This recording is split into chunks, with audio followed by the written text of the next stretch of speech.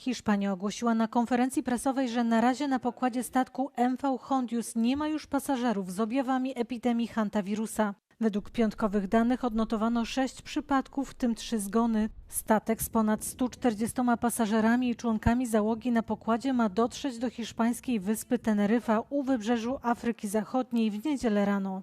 Przybycie tych pasażerów wywołało niepokój wśród mieszkańców Teneryfy, z których część wyraziła swoje oburzenie i odmawia zezwolenia na zacumowanie statku na wyspie. Władze hiszpańskie podsumowały protokół postępowania. Pasażerowie bez objawów zostaną przewiezieni na Wyspy Kanaryjskie pontonami, ale dopiero wtedy, gdy samoloty, które zabiorą ich do krajów pochodzenia, będą gotowe do wyjścia na pokład. Zostaną oni przewiezieni bezpośrednio ze statku do samolotu wynajętymi autobusami.